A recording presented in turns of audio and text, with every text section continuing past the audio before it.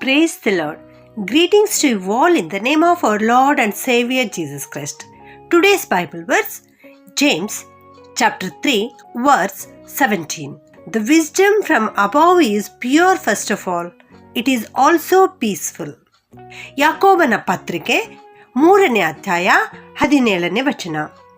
ಮೇಲನಿಂದ ಬರುವ ಜ್ಞಾನವು ಮೊದಲು ಪರಿಶುದ್ಧವಾದದ್ದು, ಆಮೇಲೆ ಸಮಾಧಾನಕರವಾದದ್ದು. ಇಲ್ಲಿ ಮೇಲನಿಂದ ಬರುವಂತಹ ಜ್ಞಾನ ಅಂದರೆ ಪರಲೋಕದಿಂದ ಬರುವಂತಹ ಜ್ಞಾನದ ಕುರಿತು ಯಾಕೋಬನು ಬರೆಯುತ್ತಿರುವುದನ್ನು ನಾವು ಇವತ್ತು ನೋಡುತ್ತಾ ಇದ್ದೇವೆ ಪ್ರಿಯರೇ. ಹೌದು, ಮೇಲನಿಂದ ಬರುವ ಜ್ಞಾನ ಎಂದರೆ ಆತನು ಸ್ವತಃ ಯೇಸು ಕ್ರಿಸ್ತನೇ ಆಗಿದ್ದಾನೆ. ನಮ್ಮ ದೇವರೇ ನಮಗೆ ಜ್ಞಾನವನ್ನು ಕೊಡುವಾತನು.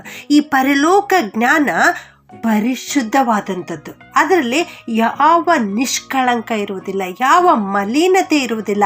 ಅದು ಪರಿಶುದ್ಧವಾದ ಜ್ಞಾನವನ್ನು ದೇವರು ನಮಗೆ ಕೊಡುತ್ತಾರೆ ಪ್ರಿಯರೇ. ನಂತರದಲ್ಲಿ ಆ ಜ್ಞಾನ ನಮಗೆ ಸಮಾಧಾನ ಕೊಡುವಂಥದ್ದು. ಆಮೇಲೆ ಅದು ವಿನಯವುಳ್ಳದ್ದು. ಅಲ್ಲಿ ಯಾವ ಹೆಚ್ಚಿಸಿಕೊಳ್ಳುವಿಕೆ ಇಲ್ಲ, ಗರ್ವ ಹೆಮ್ಮೆ ಇರುವುದೇ ಇಲ್ಲ. ಕರ್ತನಿಂದ ಬರುವ ಜ್ಞಾನ ನಮಗೆ ಸಂತೋಷವನ್ನು ಕೊಡುವಂಥದ್ದಾಗಿದೆ. ಮತ್ತು ಆ ಜ್ಞಾನವು ಕರುಣೆ ಮುಂತಾದ ಒಳ್ಳೆ ಫಲಗಳಿಂದ ತುಂಬಿರುವಂಥದ್ದಾಗಿದೆ ಪ್ರಿಯರೇ.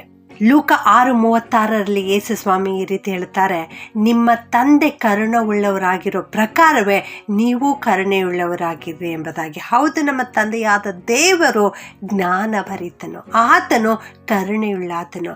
ಆತನು ತಾನು ಕರುಣೆಯುಳ್ಳವನಾಗಿರುವುದರಿಂದ ನಾವು ಕೂಡ ಕರುಣೆಯುಳ್ಳವರಾಗಿರಬೇಕು, ಇತರರಿಗೆ ಕರುಣೆಯನ್ನು ತೋರಿಸುವಂಥವರಾಗಿರಬೇಕು ಎಂಬುದಾಗಿ ದೇವರು ನಮ್ಮಿಂದ ಬಯಸುತ್ತಾ ಇದ್ದಾರೆ ಪ್ರಿಯರೇ.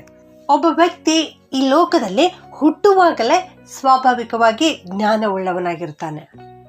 ಮತ್ತೆ ಮುಂದೆ ಬರುತ್ತಾ ಬರುತ್ತಾ ಆ ಮಗು ತನ್ನ ತಂದೆ ತಾಯಿಗಳಿಂದ ಜ್ಞಾನವನ್ನು ಪಡೆದುಕೊಳ್ಳುತ್ತದೆ ಮತ್ತು ಉಪಾಧ್ಯಾಯರಿಂದ ಜ್ಞಾನವನ್ನು ಪಡೆದುಕೊಳ್ಳುತ್ತದೆ. ನಂತರದಲ್ಲಿ ತನ್ನ ಒಡನಾಡಿಗಳೊಂದಿಗೆ, ಸ್ನೇಹಿತರೊಂದಿಗೆ ಜೀವಿಸುತ್ತಾ ಅದು ಜ್ಞಾನವನ್ನು ಪಡೆದುಕೊಳ್ಳುತ್ತದೆ. ಮತ್ತು ಮುಂದೆ ಬೆಳೆದಂತೆಲ್ಲ ತನ್ನ ಜೀವಿತದಲ್ಲಿ ಆಗುತ್ತಿರುವಂತಹ ಆಗು ಹೋಗುಗಳಿಂದಾಗಿ ಮತ್ತು ಅನುಭವಗಳಿಂದಾಗಿ ಜ್ಞಾನವನ್ನು ಪಡೆದುಕೊಳ್ಳುತ್ತದೆ. ಈ ರೀತಿಯಾಗಿ ಈ ಲೋಕದಲ್ಲಿ ಜೀವಿಸುವಾಗ ನಮ್ಮ ಜೀವಿತದಲ್ಲಿ ಬರುವಂತಹ ಸಮಸ್ಯೆಗಳನ್ನು ಬಗೆಹರಿಸಬೇಕಾದ್ರೆ ಹೌದು, ನಮಗೆ ಜ್ಞಾನವು ಬಹಳ ಅವಶ್ಯವಾಗಿದೆ.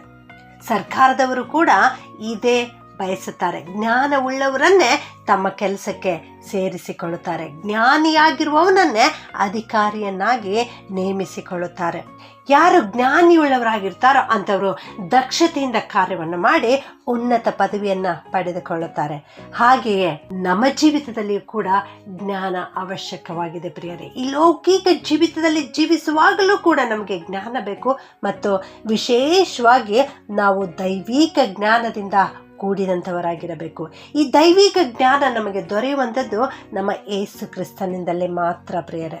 1 ಕೊರಿಂಥ್ಯ 1:20 ನಾವು ನೋಡುತ್ತೇವೆ, ಜ್ಞಾನಿಯಲ್ಲಿ, ಶಾಸ್ತ್ರಿಯಲ್ಲಿ, ಇಹಲೋಕದ ತರ್ಕವಾದಿಯಲ್ಲಿ ಎಂಬುದಾಗಿ. ಹೌದು, ದೇವರು ಈ ಇಹಲೋಕದ ಜ್ಞಾನವನ್ನು ಹುಚ್ಚುತನವಾಗಿ ಮಾಡಿದ್ದಾರಲ್ಲ ಎಂಬುದಾಗಿ ಅಲ್ಲಿ ದೇವರ ವಾಕ್ಯದಲ್ಲಿ ನಾವು ನೋಡ್ತೇವೆ. ಯೋಬ 28:18 ನಾವು ನೋಡ್ತೇವೆ, ಯೋಬನು ಈ ರೀತಿ ಹೇಳುತ್ತಾನೆ, ಮುತ್ತುಗಳನ್ನು ಸಂಪಾದಿಸುವುದಕ್ಕಿಂತಲೂ ಜ್ಞಾನವನ್ನು ಸಂಪಾದಿಸುವುದು ಎಷ್ಟೋ ಕಷ್ಟ ಎಂಬುದಾಗಿ. ಹೌದು, ನಾವು ಜ್ಞಾನವನ್ನು ಪಡೆದುಕೊಳ್ಳುವುದು ಬಹಳ ಕಷ್ಟಕರವಾದದ್ದು. ಈ ಜ್ಞಾನ ಕೊಡುವಾತನು ನಮ್ಮ ಯೇಸು ಕ್ರಿಸ್ತನೇ. ಜ್ಞಾನಿಗಳ ಜ್ಞಾನ, ವಿವೇಕಿಗಳ ವಿವೇಕ ಆತನ ವರವಾಗಿದೆ. ಯೆಹೋವನಿಂದಲೇ ಜ್ಞಾನವು, ತಿಳುವಳಿಕೆಯು ಹೊರಟು ಬರುತ್ತದೆ. ಹೌದು, ನಮಗೆ ಜ್ಞಾನ ದೊರೆಯಬೇಕಾದರೆ ನಾವು ಕ್ರಿಸ್ತನನ್ನು ಹುಡುಕಿ ಬರಬೇಕು. ನಿಜವಾದ ಜ್ಞಾನವು ಯೇಸು ಕ್ರಿಸ್ತನನ್ನು, ಸೃಷ್ಟಿಕರ್ತನನ್ನು, ರಕ್ಷಕನನ್ನು ಕಂಡುಕೊಳ್ಳುವಂಥದ್ದಾಗಿದೆ. ಆದುದರಿಂದ ನನ್ನ ಪ್ರಿಯ ದೇವಜನರೇ, ನೀವು ಈ ಲೋಕದಲ್ಲಿ ಜ್ಞಾನಿಗಳಾಗಿ ಜೀವಿಸಬೇಕಾದರೆ ಯೇಸು ಕ್ರಿಸ್ತನನ್ನು ನಿಮ್ಮ ಸ್ವಂತ ರಕ್ಷಕನನ್ನಾಗಿ ಸ್ವೀಕಾರ ಮಾಡಿಕೊಳ್ಳಿರಿ. ಸತ್ಯವೇದವು ಹೇಳ್ತದೆ, ದೇವರ ಶಕ್ತಿಯು, ದೇವರ ಜ್ಞಾನವು ಆಗಿರುವಾತನು ಯೇಸು ಕ್ರಿಸ್ತನೇ ಎಂಬುದಾಗಿ. ಆದುದರಿಂದ ಕ್ರಿಸ್ತನನ್ನು ಸ್ವೀಕರಿಸಿಕೊಂಡು ಜ್ಞಾನವಂತರಾಗಿ ಜೀವಿಸಿರಿ. ಪ್ರಾರ್ಥನೆ ಮಾಡಿಕೊಳ್ಳೋಣ. ಭೂಪರಲೋಕಗಳ ಒಡೆಯನಾಗಿರುವಂಥ ನಮ್ಮ ಪ್ರೀತಿಯ ಪರಲೋಕದ ತಂದೆಯಾದ ದೇವರೇ, ನಿಮ್ಮನ್ನು ಕೊಂಡಾಡುತ್ತೇವೆ ಸ್ವಾಮಿ. ನೀನು ಅತೀ ಪರಿಶುದ್ಧನಾದ ದೇವರು, ನೀನು ಜ್ಞಾನವುಳ್ಳ ದೇವರು, ನೀನು ಸರ್ವಶಕ್ತನಾದ ದೇವರು, ನೀನು ಅದ್ಭುತನಾದ ದೇವರಪ್ಪ. ಅದಕ್ಕಾಗಿ ನಿಮ್ಮನ್ನು ಕೊಂಡಾಡುತ್ತೇವೆ ಕರ್ತನೆ. ನೀನು ನಮ್ಮೆಲ್ಲರನ್ನ ಪ್ರೀತಿಸಿ ಆಶೀರ್ವದಿಸೋದಕ್ಕಾಗಿ ನಿಮ್ಮನ್ನು ಕೊಂಡಾಡುತ್ತೇವೆ ಕರ್ತನೆ. ಇಂದು ನೀನು ಕೊಟ್ಟಿರೋ ವಾಕ್ಯಕ್ಕಾಗಿ ವಂದಿಸ್ತೇವೆ ಸ್ವಾಮಿ. ಮೇಲನಿಂದ ಬರುವ ಜ್ಞಾನವು ಪರಿಶುದ್ಧವಾದದ್ದು ಎನ್ನುವಂತಹ ವಾಕ್ಯವನ್ನು ಕಲಿಸಿಕೊಟ್ಟದಕ್ಕಾಗಿ ನಿಮ್ಮನ್ನು ಕೊಂಡಾಡುತ್ತೇವೆ ದೇವ. ಹೌದು ದೇವರೇ, ನಿನ್ನಿಂದಲೇ ಈ ಜ್ಞಾನ ಬರುವಂಥದ್ದಾಗಿದೆ ಸ್ವಾಮಿ. ನಮ್ಮೆಲ್ಲರಿಗೂ ಕೂಡ ಜ್ಞಾನವನ್ನು ದಯಪಾಲಿಸು. ಈ ಲೋಕದಲ್ಲಿ ಜೀವಿಸುವಾಗ ದೇವರೇ, ಜ್ಞಾನದ ಅವಶ್ಯಕತೆ ಇದೆ ಸ್ವಾಮಿ. ಲೌಕಿಕ ಜ್ಞಾನದಿಂದಲೂ ಆತ್ಮೀಕ ಜ್ಞಾನದಿಂದಲೂ ನಮ್ಮನ್ನು ತುಂಬಿಸು ಕರ್ತನೆ. ಈ ವಾಕ್ಯ ಕೇಳಿಸಿಕೊಳ್ಳುತ್ತಿರುವ ಪ್ರತಿಯೊಬ್ಬೊಬ್ಬರನ್ನು ಆಶೀರ್ವಾದ ಮಾಡು ಸ್ವಾಮಿ. ಇವರು ಅನೇಕ ಹುದ್ದೆಗಳಲ್ಲಿ ಕಾರ್ಯನಿರ್ವಹಿಸುತ್ತಿರುವಾಗ ಜ್ಞಾನದ ಅವಶ್ಯಕವಾಗಿದೆ ಸ್ವಾಮಿ. ಕುಟುಂಬದ ಜವಾಬ್ದಾರಿಯನ್ನು ಹೊತ್ತುಕೊಂಡು ಕುಟುಂಬವನ್ನು ನಿರ್ವಹಿಸಿಕೊಂಡು ಹೋಗುತ್ತಿರುವಾಗ ದೇವರೇ, ಜ್ಞಾನದ ಅವಶ್ಯಕತೆ ಆಗಿದೆ ಕರ್ತನೆ. ಈ ನಮ್ಮೆಲ್ಲ ಸಹೋದರಿಯರಿಗೆ ಜ್ಞಾನದಿಂದ ತುಂಬಿಸು ಸ್ವಾಮಿ. ಸಹೋದರರಿಗೆ ಜ್ಞಾನದಿಂದ ತುಂಬಿಸು ಕರ್ತನೆ. ನೀನೇ ಆಶೀರ್ವಾದ ಮಾಡು. ಈ ಕುಟುಂಬಗಳಿಗೆ ನೀನೇ ಯಜಮಾನನಾಗಿರು ಸ್ವಾಮಿ. ಇವರ ಮಕ್ಕಳನ್ನು ಆಶೀರ್ವಾದ ಮಾಡು. ಅವರು ವಿದ್ಯಾಭ್ಯಾಸ ಮಾಡುತ್ತಿರುವಾಗ ದೇವರೇ, ನಿನ್ನ ಜ್ಞಾನದಿಂದ ಅವರನ್ನು ತುಂಬಿಸು. ಯಾವನಿಗಾದರೂ ಜ್ಞಾನ ಕಡಿಮೆ ಆಗಿದ್ದಾಗ ನನ್ನನ್ನು ಕೇಳಿಕೊಳ್ಳಲಿ, ಹಂಗಿಸದೆ ಉದಾರ ಮನಸ್ಸಿನಿಂದ ಕೊಡುತ್ತೇನೆ ಎಂಬುದಾಗಿ ವಾಗ್ದಾನ ನೀಡಿದ್ದೀರಲ್ಲ ದೇವ.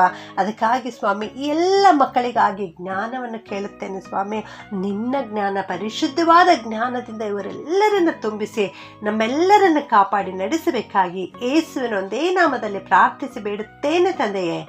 ಆಮೆನ್.